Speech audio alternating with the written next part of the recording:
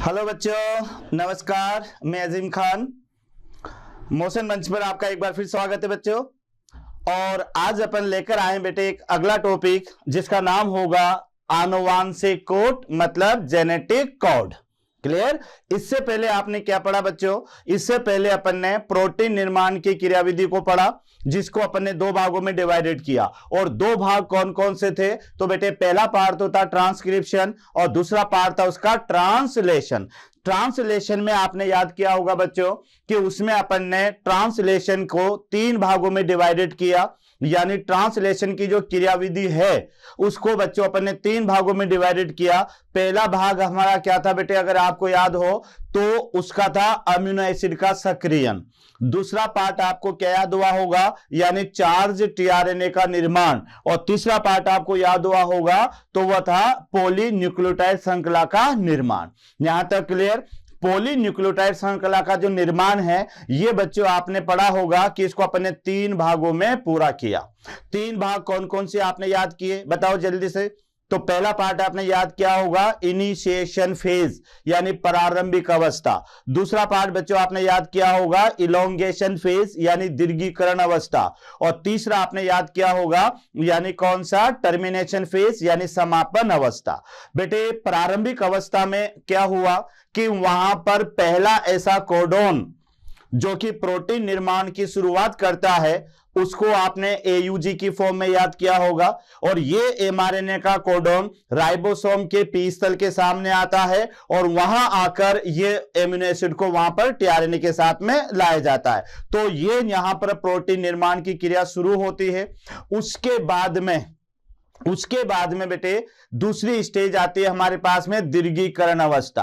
तो दीर्घीकरण अवस्था में आपने क्या याद किया कि पहले कोडोन के अलावा या पहले अमीनो एसिड के अलावा शेष जितने भी अमीनो एसिड वाले टीआरएनए हैं अब ये कहां पर आएंगे, ये राइबोसोम के ए स्थल पर आएंगे। तो राइबोसोम के ए स्थल पर आने वाले अमीनो एसिड और राइबोसोम के पी स्थल पर मौजूद अमीनो एसिड के बीच में पेप्टाइड बॉन्ड बनता है। और ये पेप्टाइड बॉन्ड बनता रहता है बेटे, कई सारे अमीनो एसिड वहां पर आते रहते हैं और पॉलीपेप्टाइड श्रृंखला का निर्माण होता है। और ये पॉलीपेप्टाइड जो श्रृंखला है आगे चलकर किसमें बदल जाती है, तो आगे चलकर बेटे ये प्राइमरी संरचना प्रोटीन है ना, secondary structure protein, tertiary structure protein और क्वाटरनरी स्ट्रक्चर प्रोटीन में बदल जाती है। उसके बाद में तीसरी अवस्था आपने रीड की होगी समापन अवस्था। तो बेटे समापन अवस्था में क्या हुआ कि जैसे जैसे राइबोसोम आगे खिसकता जाएगा वैसे वैसे एमआरएनए के नए कोडोन वहां पर आते जाएंगे। और जैसे जैसे एमआरएनए के नए कोडोन आते जाएंगे उसके अनुसार बेटे राइबोसोम पर अमीनो एसिड भी आते जाएंगे। लेकिन खिसकते खिसकते अब एमआरएनए के समापन कोडोन जो है ए स्थल के सामने आ जाते हैं। जैसे समापन कोडोन वहां पर आते हैं तो बेटे इन समापन कोडोन का कोई एंटी कोडोन नहीं होता। और ये जो टीआरएनए अमीनो एसिड को लेकर आता है तो ये एंटी कोडोन की सहायता से एमआरएनए पर जुड़ता है। लेकिन जो समापन कोडोन अब ए स्थल के सामने आए हैं उनका कोई एंटी कोडोन नहीं है। तभी आज का जो लेक्चरर है वो यही है बेटे, यानी आनुवांशिक कोड या कोडोन। तो कोडोन टोटल में आपको 64 प्रकार के बताऊंगा और 64 में से 61 प्रकार के तो प्रोटीन संश्लेषण में भाग लेने वाले होते हैं और 3 प्रकार के जो कोडोन होते हैं ये समापन कोडोन होते हैं जो प्रोटीन संश्लेषण में भाग नहीं लेते हैं। तो बेटे जैसे ही ए साइट के सामने ये समापन कोडोन आते हैं तो ये समापन कोडोन के आते ही अब प्रोटीन संश्लेषण की क्रिया बंद हो जाती है जिसे समापन अवस्था कहते हैं। तो ये तो हमारा प्रीवियस लेक्चर था। आज का जो टॉपिक होगा बेटे ये आपके सामने है और ये टॉपिक है आनुवांशिक कोड मतलब जेनेटिक कोड। तो यहां आपको ये समझना है कि बेटे जेनेटिक कोड होते क्या हैं। तो जिस तरह से बेटे कोई राइटर होता है या कोई जो है गाना लिखता है तो अपनी भाषा को कोड वर्ड में लिखता है ताकि उसका कोई गाना या कोई थ्योरी चुरा ना ले। तो उसी तरह से याद रखना कि हमारा जो डीएनए होता है, हमारा जो डीएनए है वह क्या देता है, प्रोटीन निर्माण की सूचनाएं देता है। तो प्रोटीन निर्माण की सूचनाएं जब वो एमआरएनए पर ट्रांसफर करता है तो बेटे सीधे नहीं करता कि ये प्रोटीन निर्माण है, ये विधि है, लेके चले जाओ। वह एमआरएनए को कोडोन की फॉर्म में, एक विशेष कोड वर्ड की फॉर्म में ये सूचनाएं ट्रांसफर करता है। तो यही सूचनाएं, यही कोड वर्ड जो होंगे, इन्हीं कोड वर्ड को आप जेनेटिक कोड कहेंगे, आनुवांशिक कूट कहेंगे। तो क्या याद हुआ कि जो डीएनए है वह अपनी प्रोटीन निर्माण की आनुवांशिकी सूचनाओं को एमआरएनए पर जब ट्रांसफर करता है तो विशेष कोड की फॉर्म में करता है, जिन्हें कोडोन कहते हैं। तो कोडोन की परिभाषा क्लियर हुई बेटे, यानी कोडोन एक आनुवांशिकी कूट होते हैं, एक जेनेटिकली लैंग्वेज होती है, एक आनुवांशिकी भाषा होती है। और ये डीएनए की जो आनुवांशिकी भाषा है, ये डीएनए की आनुवांशिकी या जेनेटिकली लैंग्वेज है, इसी लैंग्वेज को जेनेटिक कोड कहते हैं। जेनेटिक कोड जो होंगे बच्चों, ये यूनिवर्स होते हैं। यूनिवर्स ऐसे होते हैं, सर्वव्यापी ऐसे होते हैं कि जितने भी धरती पर ऑर्गेनिज्म प्रेजेंट होते हैं, तो ये सारे के सारे ऑर्गेनिज्म में कुछ न कुछ आनुवांशिकी भाषाएं प्रेजेंट होती है, कुछ न कुछ जेनेटिक इंफॉर्मेशन प्रेजेंट होती है। तो ये जो जेनेटिक कोड हैं, ये यूनिवर्स होते हैं, इतना आपको याद रखना है। उसके अलावा याद रखना है बच्चों कि जो जेनेटिक कोड है, ये कभी कोमा लेस होते हैं, यानी बीच बीच में कोमा नहीं आता। और जेनेटिक कोड जो है वह 3 नाइट्रोजन सारकों का समूह होता है। तो टोटल जेनेटिक कोड जो होंगे वह 64 होते हैं एनिमल किंगडम के अंदर। कितने होते बेटे?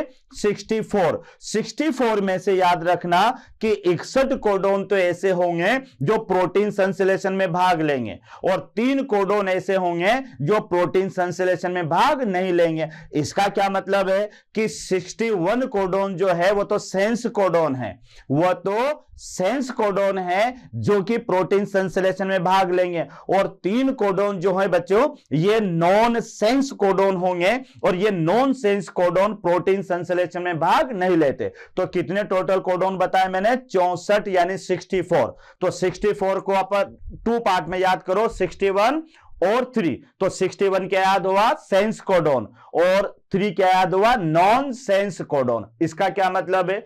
प्रोटीन संश्लेषण में तो बेटे ओनली 20 प्रकार के अमीनो एसिड भाग लेते हैं, लेकिन आपके पास में कोडोन है 64। तो फिर क्या निष्कर्ष निकलता है कि यहां पर जो अमीनो एसिड है वह एक या एक से ज्यादा अमीनो एसिड से कोड होता है, क्योंकि टोटल अमीनो एसिड तो 20 हुए, लेकिन कोडोन है 64। तो बेटे ये हुआ कि कोई भी अमीनो एसिड है वह एक से ज्यादा कोडोन के द्वारा भी कोड होता है। तो ये सारी चीजें यहां पर अपन देखेंगे, और फिर संख्या के आधार पर इन कोडोन को अपन 3 भागों में बांटेंगे, सिंगलेट की अवस्था में, डबलेट की अवस्था में और ट्रिपलेट की अवस्था में। बेटे सिंगलेट की अवस्था में होंगे तो 4 ही प्रकार के कोडोन होंगे, डबलेट की अवस्था में होंगे तो 16 प्रकार के कोडोन होंगे, और ट्रिपलेट की अवस्था में होंगे तो 64 प्रकार के कोडोन बनेंगे। और ये 64 प्रकार के कोडोन कैसे बनेंगे ये मैं आपको बताऊंगा विद इन 5 मिनट के अंदर। बेटे आप ये 64 कोडोन का आसानी से याद कर सकते हैं। तो यहां अपन देखते हैं, तो शुरुआत करते हैं इसके परिचय से, यानी अगला हमारा जो टॉपिक रहेगा, ये टॉपिक रहेगा बेटे जेनेटिक कोड। जेनेटिक कोड, तो ये जेनेटिक कोड यानी इन्हें आप कह सकते हैं जेनेटिक कोड, जेनेटिक कोड, या फिर इसे आप कह सकते हैं कोडोन। तो बच्चों यहां पर याद रखना जेनेटिक कोड या कोडोन। इसका पहला पॉइंट अपन यहां पर ले लेते हैं बेटे, ये लेंगे यहां पर इसका इंट्रोडक्शन।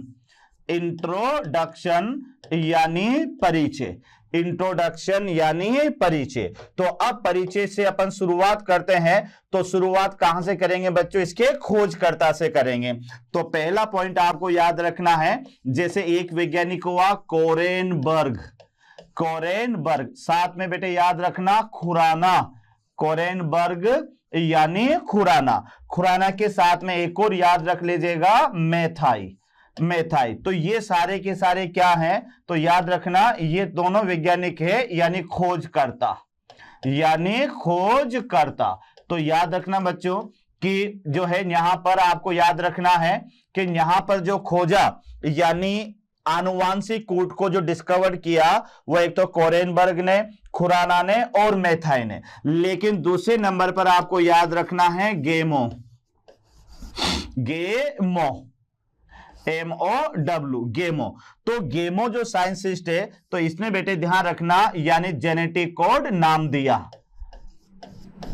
जेनेटिक कोड नाम दिया, जेनेटिक कोड नाम दिया। तो ये थोड़ा सा याद रखना। यानी खोजा किसने, तो बेटे खोजने में कोरेनबर्ग है, खुराना है और मैथाई है। तो इन्होंने तो क्या किया, यानी जेनेटिक कोड को खोजा। लेकिन बेटे गेमो एक साइंटिस्ट हुआ जिन्होंने जेनेटिक कोड नाम दिया। अच्छा, अब इसको डिफाइन कैसे करेंगे, इसको डिफाइन कैसे करेंगे, तो याद रखना मैंने आपसे क्या कहा था, यानी जेनेटिक कोड है क्या, जेनेटिक कोड ये है बच्चों कि जो डीएनए है वो अपनी प्रोटीन निर्माण के आनुवांशिक सूचनाओं को जिस कोड भाषा में, जिस आनुवांशिक लैंग्वेज में एमआरएनए पर स्थानांतरित करता है, वही भाषा, वही कोड क्या कहलाएंगे आपके सामने, जेनेटिक कोड। तो इसको इस तरह से परिभाषित कीजिएगा, डीएनए प्रोटीन निर्माण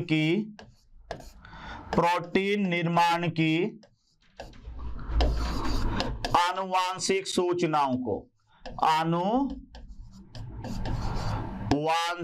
सूचनाओं को, ये ध्यान रखना, डीएनए प्रोटीन निर्माण की आनुवांशिक सूचनाओं को, प्रोटीन निर्माण की आनुवांशिक सूचनाओं को जेनेटिक कोड, या ध्यान रखना बेटे, यानी जो डीएनए है प्रोटीन निर्माण की आनुवांशिक सूचनाओं को कोडोन के रूप में, कोडोन या फिर आनुवांशिक कूट, कोडोन या आनुवांशिक कूट के रूप में एमआरएनए पर स्थानांतरित करता है, एमआरएनए पर स्थानांतरित करता है। तो ये ध्यान रखना, स्थानांतरित करता है, यानी आपको ये समझना है कि the DNA transfer genetic information of the protein formation in form of the codon to the mRNA. यानी बेटे यहां पर जो डीएनए है ये प्रोटीन निर्माण के आनुवांशिक सूचनाओं को कोडोन की फॉर्म में एमआरएनए पर स्थानांतरित करता है। यानी DNA transfer genetic information of the protein formation to the mRNA in form of the genetic code. तो ये थोड़ा सा आपको याद रखना है कि यहां पर जो डीएनए है ये प्रोटीन निर्माण की, ये थोड़ा ध्यान रखना, ये आपको याद रखना है, प्रोटीन निर्माण की आनुवांशिक सूचनाओं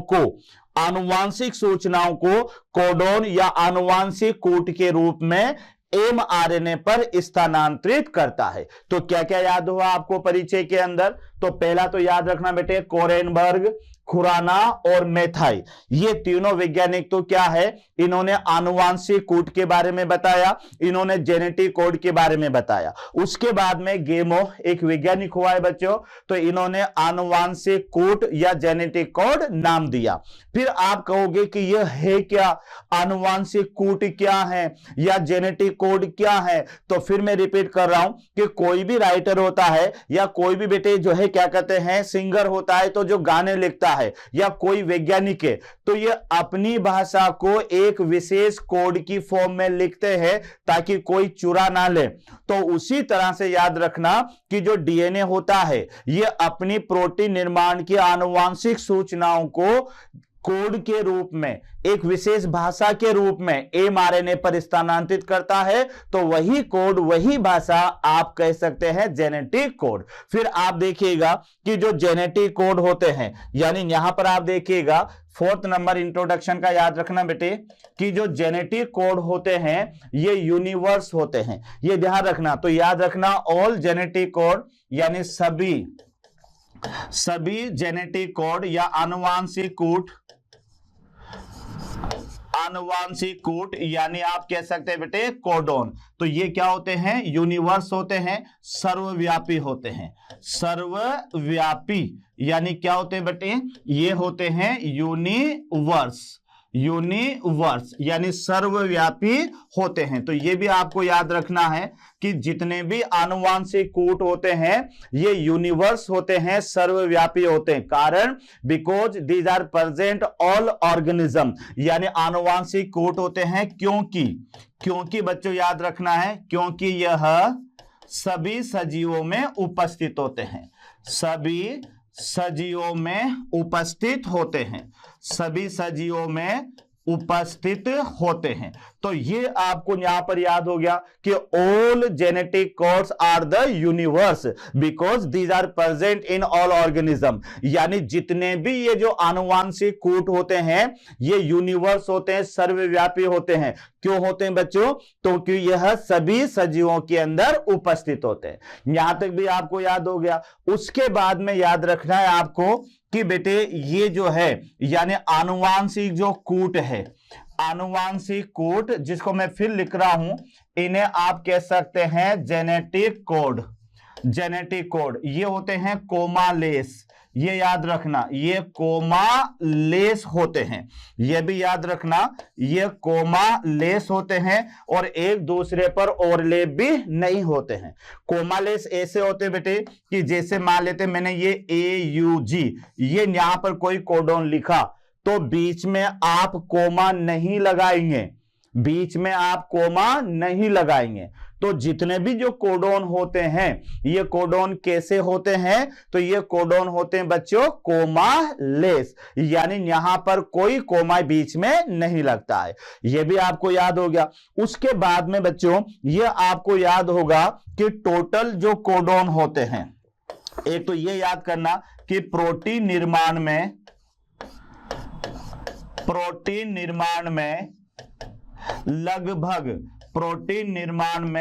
लगभग 20 प्रकार, ये ध्यान रखना बेटे, 20 प्रकार के अमीनो एसिड, 20 प्रकार के अमीनो एसिड भाग लेते हैं, अमीनो एसिड भाग लेते हैं, अमीनो एसिड भाग लेते हैं। तो ये आपको याद रखना है क्योंकि ये तभी आप कोडोन की संख्या बता पाएंगे।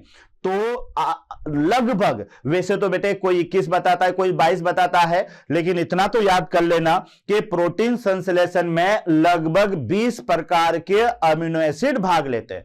और ये जो 20 प्रकार के अमीनो एसिड भाग लेते हैं, यह ध्यान रखना, यह 64 कोडोन, ये थोड़ा बहुत इंपॉर्टेंट पॉइंट है बेटे, यह 64 कोडोन द्वारा कोड होते हैं, 64 कोडोन द्वारा कोड होते हैं। अब यहां से आपके दिमाग में एक बात आई होगी कि प्रोटीन बनाने के लिए कितने अमीनो एसिड मैंने आपको बताया, तो बेटे आपने याद किया, तो प्रोटीन बनाने के लिए बेटे मैंने आपको बताया कितने अमीनो एसिड, यानी 20 अमीनो एसिड। ये ध्यान रखना, प्रोटीन बनाने के लिए 20 प्रकार के अमीनो एसिड की आवश्यकता होती है। और फिर मैंने आपसे कहा कि ये 20 प्रकार के जो अमीनो एसिड हैं ये 64 कोडोन के द्वारा कोड होते हैं। तो यहां आप देखिएगा कि ये यहां पर आपने याद किया 64 कोडोन। तो बेटे यहां पर एक बात तो निकल कर आ रही है कि अगर एक कोडोन एक अमीनो एसिड को ही कोड करता तो फिर हमारे पास में 20 ही कोडोन होते, लेकिन कोडोन तो कितने हैं 64 और अमीनो एसिड कितने हैं 20। तो क्या मतलब निकल कर आ रहा है कि एक अमीनो एसिड जो होता है वह एक से ज्यादा कोडोन के द्वारा कोड होता है, ये ध्यान रखना। तो इसको यानी अमीनो एसिड की अपहास्यता, यानी इसको बेटे लीजेंसी ऑफ द जेनेटिक कोड भी इसको कहा जाता है। तो अगले नंबर पर अपन लेते हैं, अगले नंबर पर यहां पर होगा बेटे हमारे पास में, यानी देखो ध्यान से समझ लेना कि प्रोटीन निर्माण के लिए 20 प्रकार के अमीनो एसिड भाग लेते हैं और ये जो 20 प्रकार के अमीनो एसिड है ये 64 कोडोन के द्वारा कोड होते हैं। तो फिर आगे बढ़ते हैं अपन, फिर आगे का अगला पार्ट होगा बेटे हमारा, अगला पार्ट यहां पर होगा कि एक अमीनो एसिड एक से अधिक, ये ध्यान रखना, एक अमीनो एसिड एक से अधिक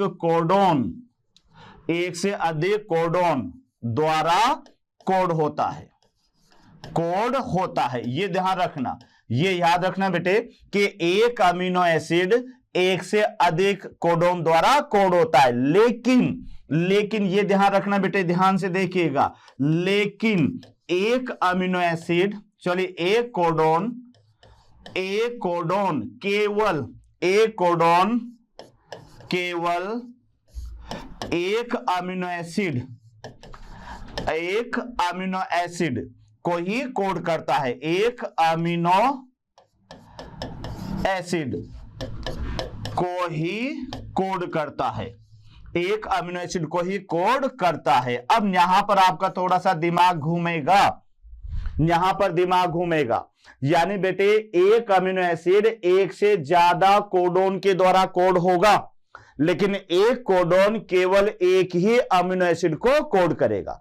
यहां आप देख लीजिएगा, जैसे मेरे पास में बेटे यानी ल्यूसीन अमीनो एसिड, ये यहां पर ये अमीनो एसिड है ल्यूसीन अमीनो एसिड, और ये कोड होता है 6 कोडोन के द्वारा। यानी अमीनो एसिड जो है, ये अमीनो एसिड यहां पर है बेटे, और ये अमीनो एसिड जो कोड होगा, यानी यहां पर ये जो कोड होगा, ये कोड होगा code by 6 codon, code by 6 codon.